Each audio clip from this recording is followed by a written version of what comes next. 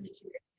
Yes, there are opportunities to get out of that, but if you don't ever see anything other than that situation or that circumstance that you're in, it's hard to imagine getting out of that, I think. And so I think, having opportunities for people to see different ways to get out of a certain circumstance or certain situation, I think that's where education comes in. That's where different opportunities for people to learn and grow. So I find that to be a very interesting thing. I think when you're talking about the 3 different systems that are evaluated in the book, race in America, and then you talk about Nazi Germany and the Third Reich and the fact that they were actually studying US law as they were beginning to form how they were going to segregate and separate the Jews in Germany. That's mind-boggling to think that they were looking at the land of the free, the home of the brave. They were looking at our laws to create that. So what sort of, I thought I lost myself for a second. As you were reading that,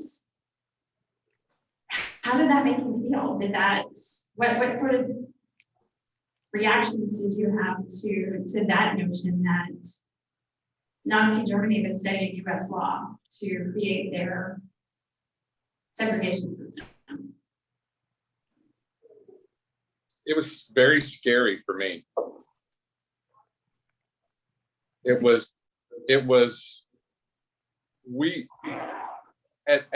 amazing of a country as we are, it could be easy for us to do very similar things, given similar circumstances. And for them to be pulling some of our laws, that's pretty scary. Of course, you just have to go back to color law. You don't have to go back very far to see that America was, the government's been complicit in a lot of this. So it really isn't that surprising to me. That was a major shock to me when I read that Nazi Germany was studying America to decide how to the system that they were studying there. That was just, I never read it before. I really didn't see it before. And so that was really a huge surprise.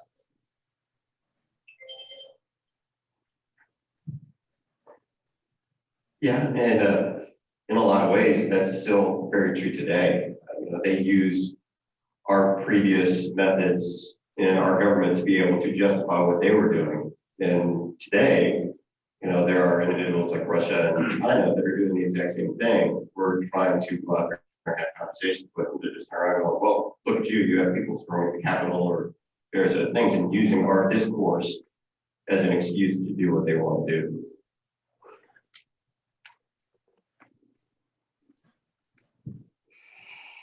What was interesting to me is how in Germany today, if someone were to wear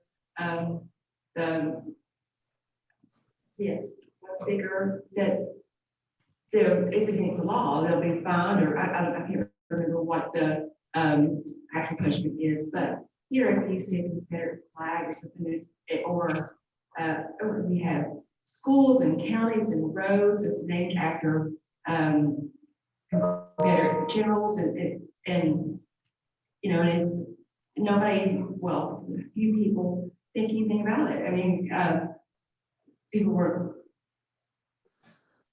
persecuted.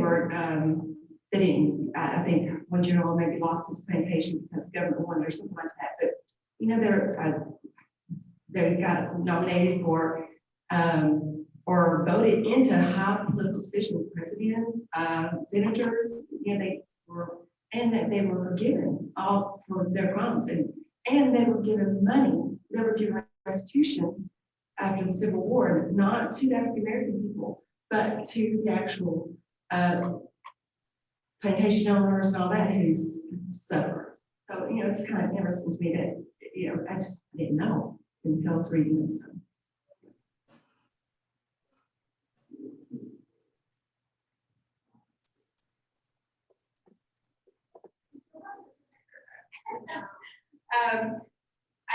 It's such a great point, and I think it's important, you know, I know the general,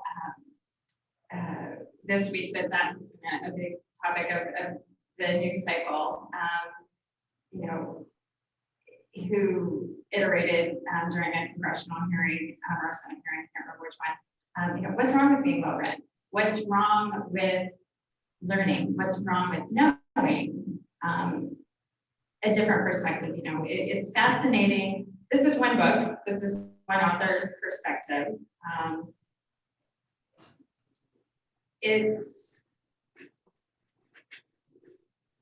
I've had a conversation last night, you know, everyone, I think people get so worried that if you read this book, you know,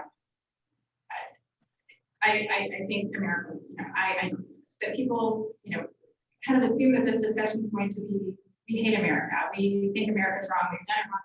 No, I love America, and I think America's great, but what's wrong with knowing the history of what we've done? What's wrong with pointing these things out and learning from them and saying, we know now, and we can do better, by golly, and we should do better. That's what I don't understand, this notion that if you're trying to educate yourself on the wrongs of the past, that somehow, you know, we should throw it all away. I don't think we should throw it away. I think it's an amazing country. I don't want to throw the baby out with the bathwater. I think we've done amazing things, and we will continue to do amazing things. But I think we need to work hard to ensure that everyone's coming along on the bus, everyone's invited to the party, and everyone can play. So I think those kinds of things are important, which is why I love reading this kind of context, having these types of discussions, and just saying, what can we do differently? What can we do better? So I don't know, has anyone been following that in the news this week?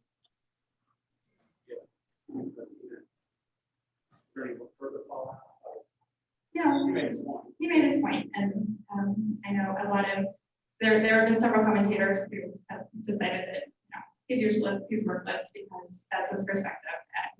But I think I don't know. Yes.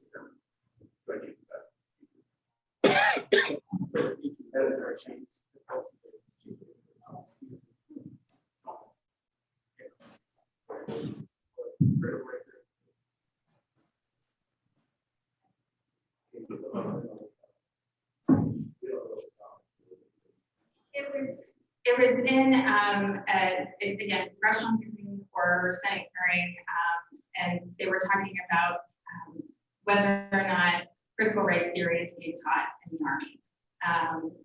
And one of the speakers had pointed out that it wasn't specifically critical race theory that was being taught, but then General Milley, he said, you know, I want to understand white rage. I want to understand what caused a group of people to storm the Capitol on January 6th.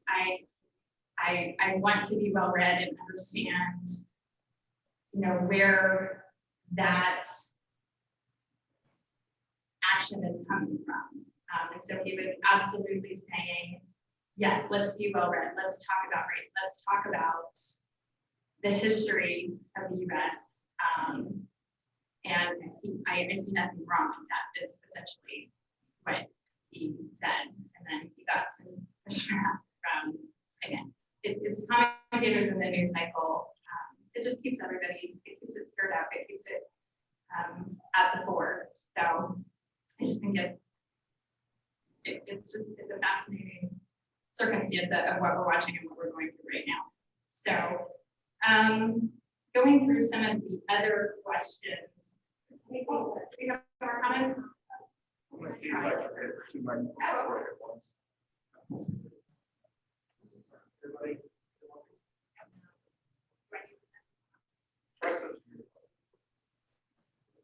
Is it?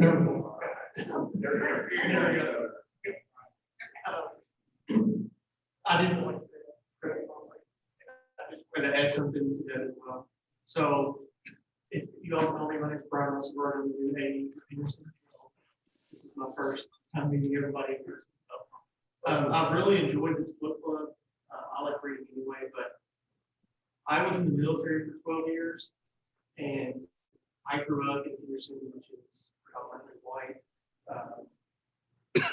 You don't see, I mean, we do have different races and cultures there, but growing up, there wasn't a lot of diversity for me. When I joined the military, it was eye-opening. I mean, I'm sitting next to Jewish people, white people, people from Mexico who are trying to get their citizenship. They're joining the United States Army. And then we meet the chaplains, and there is a Muslim chaplain, there's a Jewish chaplain, a Hindu chaplain, there is Catholic. Then chaplains can do something where they're like, I will be a chaplain for everybody. They learn all the religions that go around. And through my 12 years in the military, we were encouraged to read about other cultures. Our biggest thing was when we were in Iraq and Afghanistan, the biggest thing was we needed to learn the language, we needed to learn their culture. We learned, I mean, that was just for everything. So when he said that, that's true, especially in the military. It's one of the few places that when you go, it's all encompassing. They don't think you're not allowed to be, racist. They listen because you're all the same, and they embed that into you and come out with a different perspective of how you view. Because when I meet a new person, my first thing is, what's your history? Where did you come from? What do you like to do? Like, that's the things that we were taught to do. And then reading stuff like this with like the hidden caste system and things like that. I mean, once you start reading it and you start actually looking for it, even in like a small town like Henderson, you can see it. I mean, we finally did the Day of the Dead celebration every year, but it took 4 years for us, the city, to approve it. The people were, this is how people, they're devil worshippers and trying to raise the dead, and we're going to have zombies. I mean, these were serious conversations that people were having at city commission meetings. And I'm like, you are an educated person and you think this is what this is for? I'm like, but anyway, and then with the riots or whatever you want to call it, January 6th, I have a lot of friends across the country who've all served up there, and all of us were saying, regardless of what this was, it was embarrassing for us as a fellow service member to see our type of things going on. So I mean, it's a big thing. So.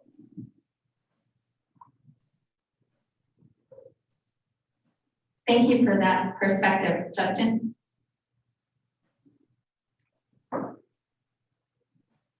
Well, there's 2 microphones now. I was worried I was signaling. It would be like all this pent-up anticipation. If you walk toward me, only to be disappointed once I got the microphone.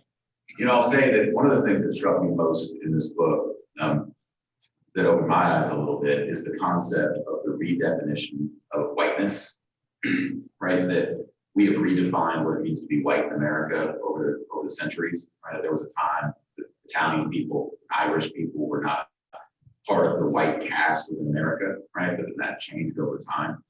And the concept what Brian talked about of the military was so fascinating is like races are still present in the military. What the military does it breaks down the caste system, right? And it forces everybody into this, breaks them out of the caste that they were in and put them into a new caste, which is this caste of the military.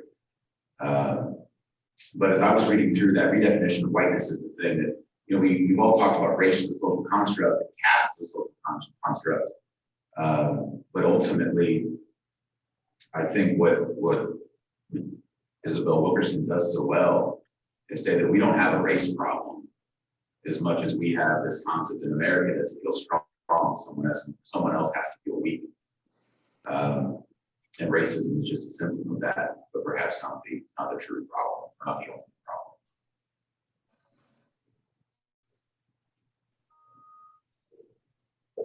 Don't do that. I think that's a really good point, and that was, kind of that definition of whiteness. We put different categories of people, kind of just kept collecting new white people into that caste. So going through part 3, it kind of breaks down the pillars of caste, you know, kind of the different things that make up a caste system.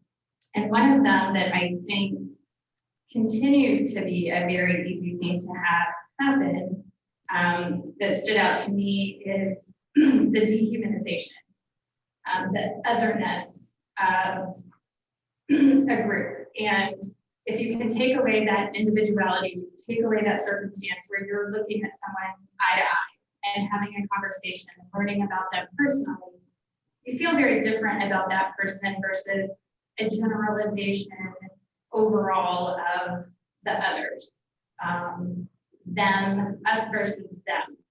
And I think that social media and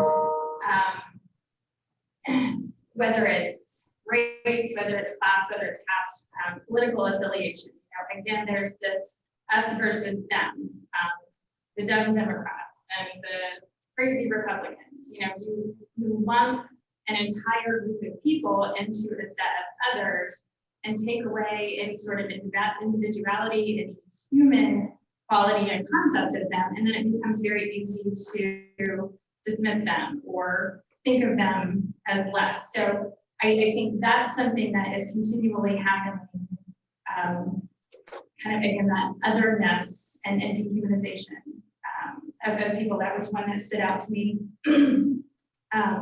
The way that happened in the South and in the past, but I think it is still happening. Does anyone have any thought regarding kind of the way that social media is helping dehumanize and otherize people right now?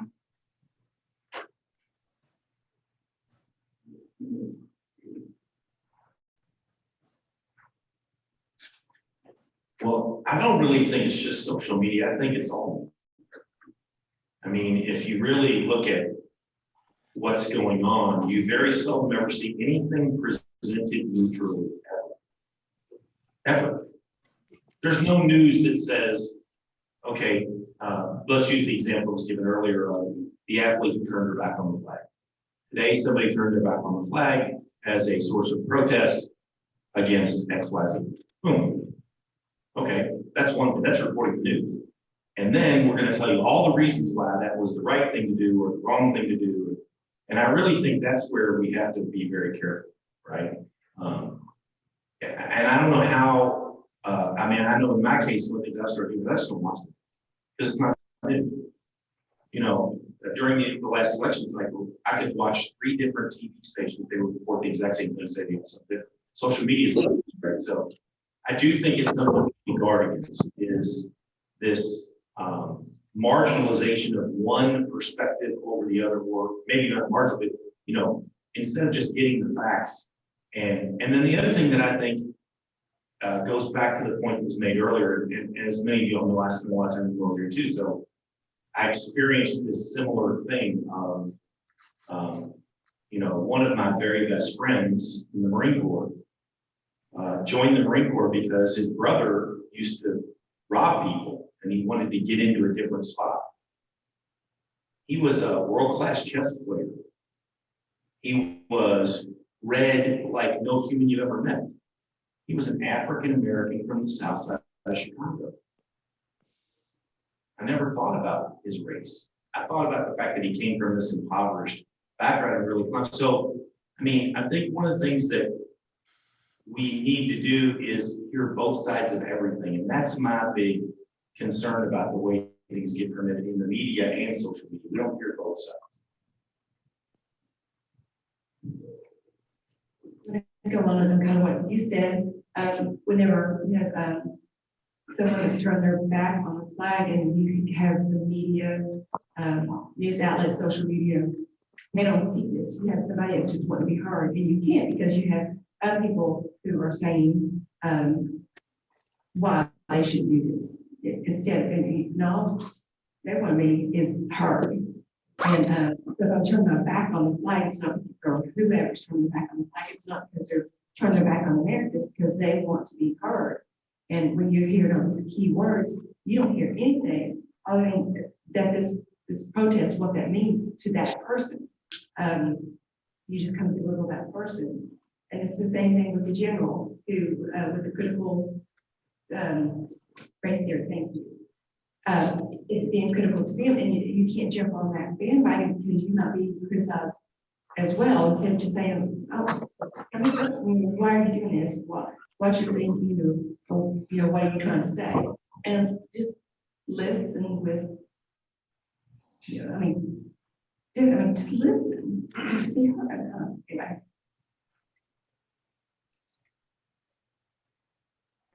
Hi, I'm Christina, sir.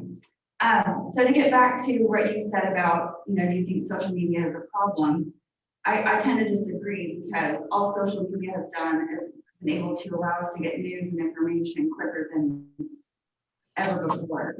Our opinions aren't going to change. What social media allows us to do is congregate with people who think like us and boost each other up and build these things. And then you have your dissenters to get on there, go back with your Facebook comments. But I don't think social media is this evil that we portray to be, because we have somebody we need to blame. Oh, it's the media's fault. And you said, well, we just need the media to be the facts. Well, everything is our own perspective. Whether you're a reporter or a journalist or whatever you do, you want to write from your perspective of things. So I don't really know where, the neutrality, I don't know if we've ever had neutrality in the news, because everything is based on our individual experiences and expectations. But the things that we're discussing in this book have been going on for millennia. I mean, humans have done the same things over and over again. We brought up Nazi Germany, but in reality, the Jews in Europe have been forced into ghettos for centuries. Since Europe has been there, they've been forced into ghettos. I mean, you can look back, the first Rothschild, we know him as the big banker of their family. They lived in a ghetto in the 1400s in Frankfurt in Germany. They were forced in these ghettos. So all of these things that we've done to each other over the centuries, and even in this century, are just regurgitated ways to oppress the people of the hour. So I don't think social media is to blame. We are to blame for allowing us to keep reconfiguring these negative aspects of our society and marginalizing certain groups of people, because we've done that. My favorite saying is history repeats itself, and when are we going to learn? Because now we have all these opportunities in history, written word, where we can go back and see what we've done to all these other people, and we still keep doing the same things over and over again. So for me, this book kind of made me uncomfortable reading, but I took it as a good uncomfortable, like, oh, well, I need to change this, this, and this, because I've benefited from these marginalizations of people in America. So I think it excites me to see so many people here and thinking like, oh, maybe we should do things different. This is where it starts. And we can't blame social media. We can't blame the government. We can't blame all these people, us, if we don't change. Okay, be afraid, be very afraid, because I've got the microphone. I'm like Dave. Of course, I've woken up far more mornings than most of you around the table. I just added a few years to my life, but I do remember the news when it was simply reported that it was only 30 minutes, so they said what they had to say and got off, which was really a blessing compared to now. But to follow up on your point, I think we have to know what we've done.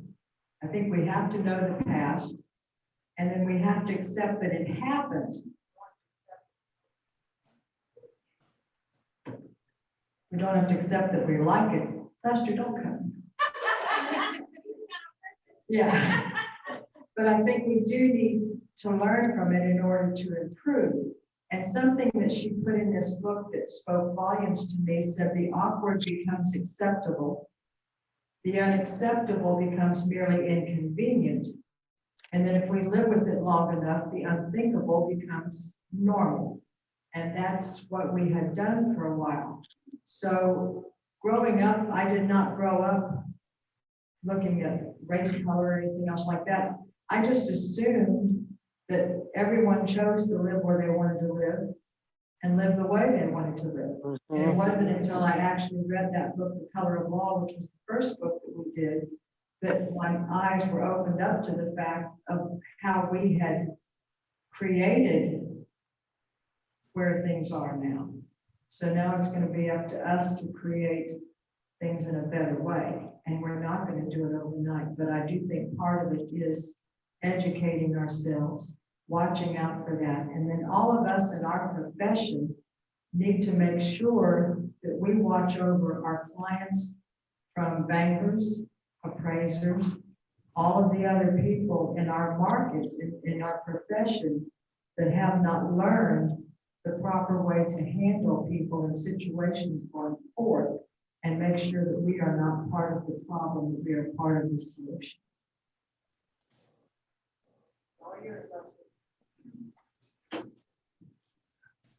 Something that I found not fascinating, I'm not even sure what the word is, but with regards to caste and caste system itself, as it's set up, it's not set up for you to get out of it. You're born there, that's where you stay. You don't move up in life, you don't find, you don't work real hard and climb the ladder. It just doesn't happen. That's not what happens in a caste system. You are born there, your children are there, and that's where you're going to be.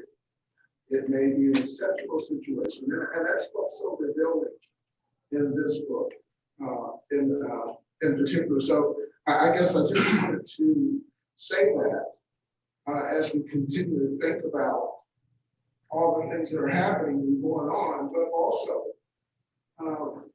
the question that's begged is, okay, if that's the way the system is, whether we believe it or not. And that's the important thing about this book club, because everybody that comes here is number one, welcome, and everybody has a voice, and that's really Everything, 1, 2, 3, 4. That would be everything. Yeah, and that's really important here in this book club. So do continue to come. I do ask you to do that, and just think about. Even though we're not at the end of the book, just think about, okay, let me just look at it a little different. And if I look at it a little different, then I can make a choice. The choice is there anything I can do? Is there not? This is the house that I was born in, and it's okay to live in this house if that's what we choose to do. Or do we want to do something different than that? That's already in my cart.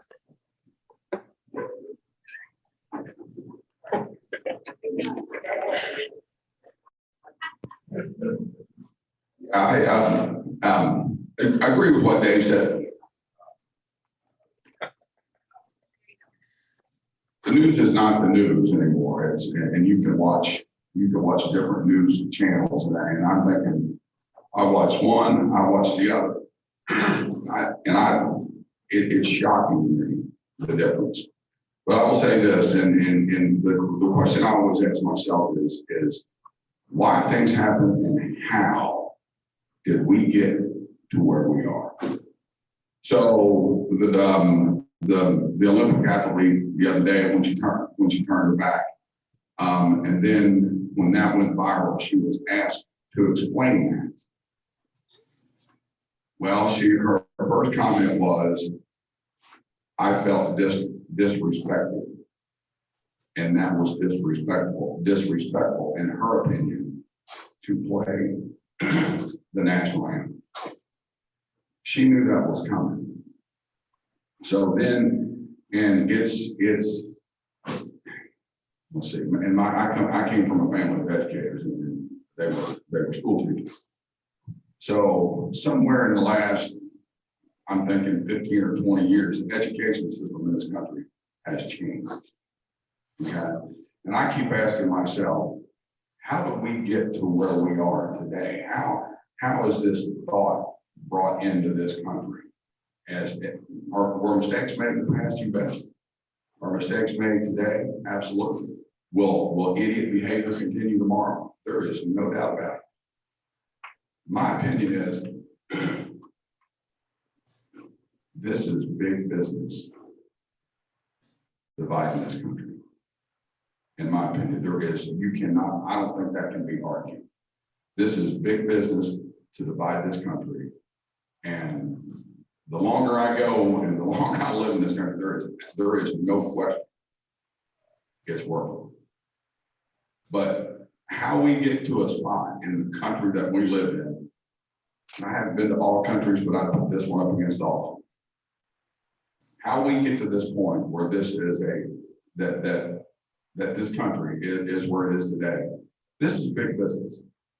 And it continues, social media, authors, the media, but a lot of money involved in this.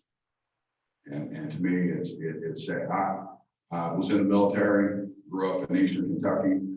There wasn't a whole lot of diversity going on down there, I admit. But it's how we got here today. To me, it is sad. But it's the country we live in. It's the world we live in, and only put one foot in front of the other and do the best we can. But make no mistake, this is a huge industry dividing this country.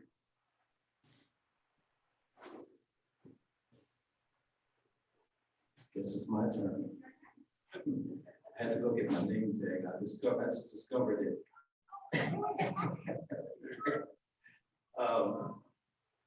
It was big business in slavery too. A lot of money was made there. I have to say that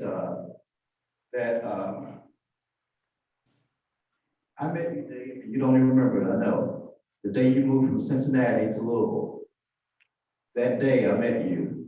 You came to my open house in Prospect 20-some years ago. Yeah, and you about my size then.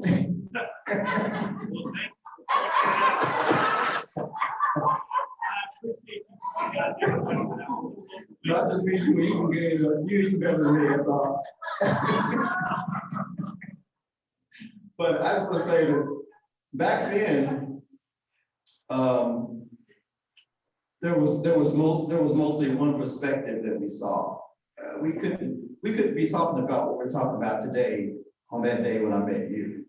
We would be having this conversation because things have gotten a lot different in the last actually 2 years. We would have been having this conversation 2 years ago. So I hear the news has always been telling what's going on in society, but seldom we've been able to listen to it as we're listening to it today. We wouldn't have a reading on the color of law and caste 2 years ago. That wouldn't have happened.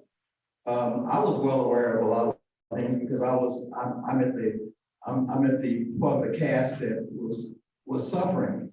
So I understood what was going on, and I'm a lot older, Pam, than a lot of people are here too.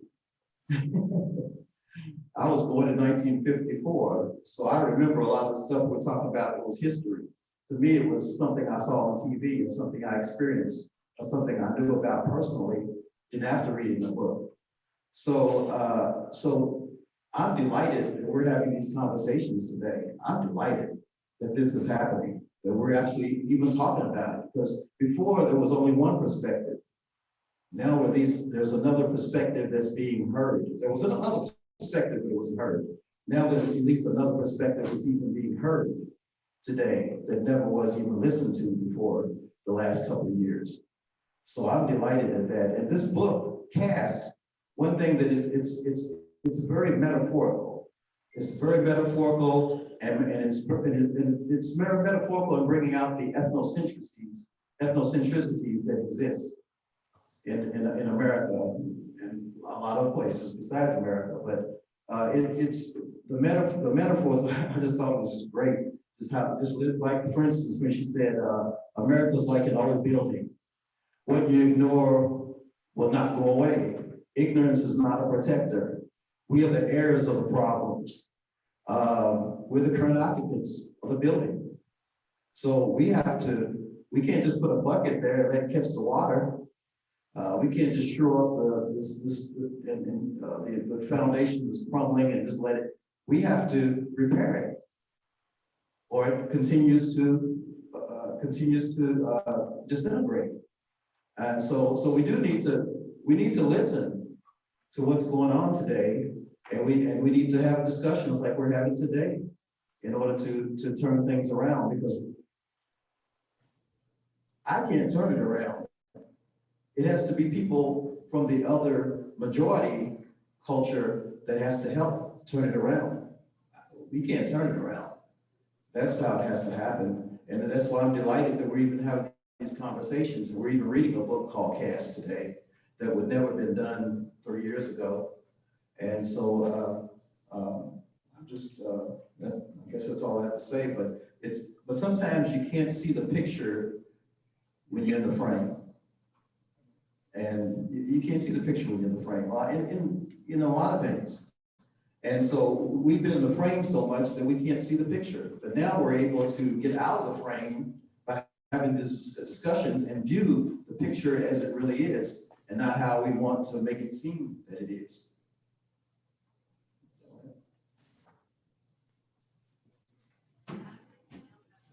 I do have it. Thank you. Thanks for your honesty. Congratulations to everybody for being here. I think we have a real opportunity, and as many of y'all have been in church before, the pastor or Bible study, I'll say, you're here for a purpose. I think each one of us are here for a purpose. Curtis, I remember in 1964, after Jim Crow laws had been changed, my black friend, Danny Asbury, got to come to the swimming pool for the first time. All white swimming pool, so there's been a lot of things that have happened in our lifetime. But I think we have a real opportunity with realtors. We have 1.4 million members basically of NAR. And in this room, there's 30 of us that are going to go back to our neighborhoods, our communities, to be able to share what's going on. The honesty in here, and I really believe the trust is what we're really have here right now, because we've rubbed shoulders with each other. We've got to know each other. We've been in the book clubs. We've sold real estate, done deals, and that trust is going to help us build even more as we go forward. And each one of us have an opportunity to spread the word and keep on educating. We don't know what we don't know. You know, our business, think about this, we're here for a purpose, but our business is built on a foundation of the code of ethics of what? Treat others as you want to be treated. And then, and Justin's probably tired of hearing me saying this in the book, 7 Habits of Highly Effective People. Seek first to understand and then be understood. We all make mistakes, but one of the biggest things I think that in this is that we have to have a lot of grace.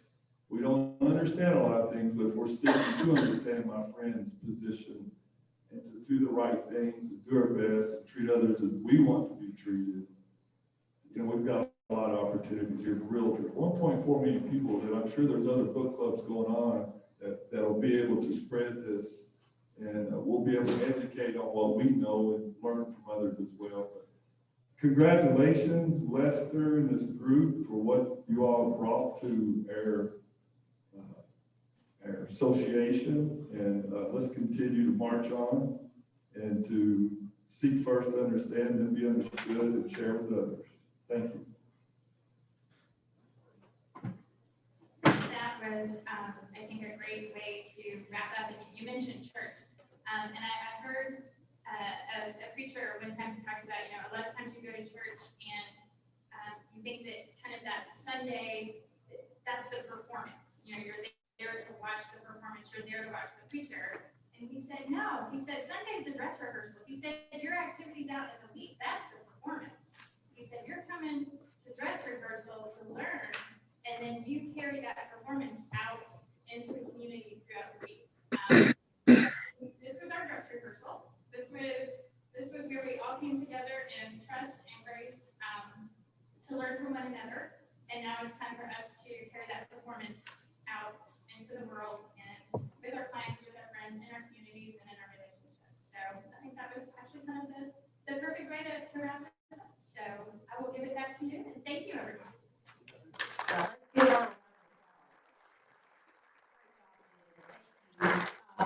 do believe we're going to continue this discussion on July 22nd at noon via Zoom. Is that correct? Jim? Okay, yes, okay. July 22nd, so mark your calendars. We will finish up and wrap this book up. That'll be our last discussion on this particular book, so that's July 22nd. If that does change, we will make sure that we let you all know. And this, as the committee, I charge you all that we have been I believe, one of the more active committees at KYR this year. So when you get this announcement, please pass it along, put it on social media, send it to your broker, send it to your realtor friends, because even if they weren't here today, we want to encourage more and more people to get involved. I know that I was sending it to a lot of the brokers there in Louisville saying, hey, post this out. I also send it to our AE, and thank you for sending that out to our membership. I know that Justin does that also in Lexington. So please make sure that you promote this. And Ms. Pam, did you have something you would like to share? Didn't you change the time of the meetings to 1 p.m. as opposed to noon? Okay, I'm talking about the KYR Open Mind, Open Books. That's at noon on the 22nd. You're talking about our actual committee meeting. Our actual committee meeting for the committee members is the second Tuesday of every month at 1 o'clock. So we've been very consistent. I appreciate all those that can get on, and your opinion counts. So, and it's great to see everybody in person. Yes. What time zone? Eastern. Great question. We call that in the country fast time there. It's on fast time, which is Eastern time. So, okay. If nobody else has anything, we'll go ahead and adjourn and have a great summer meeting. Thank you, Mike. Thank you for our Zoom attendance. Bye, Mike. And please take your bag with you, please. Bye, Mike.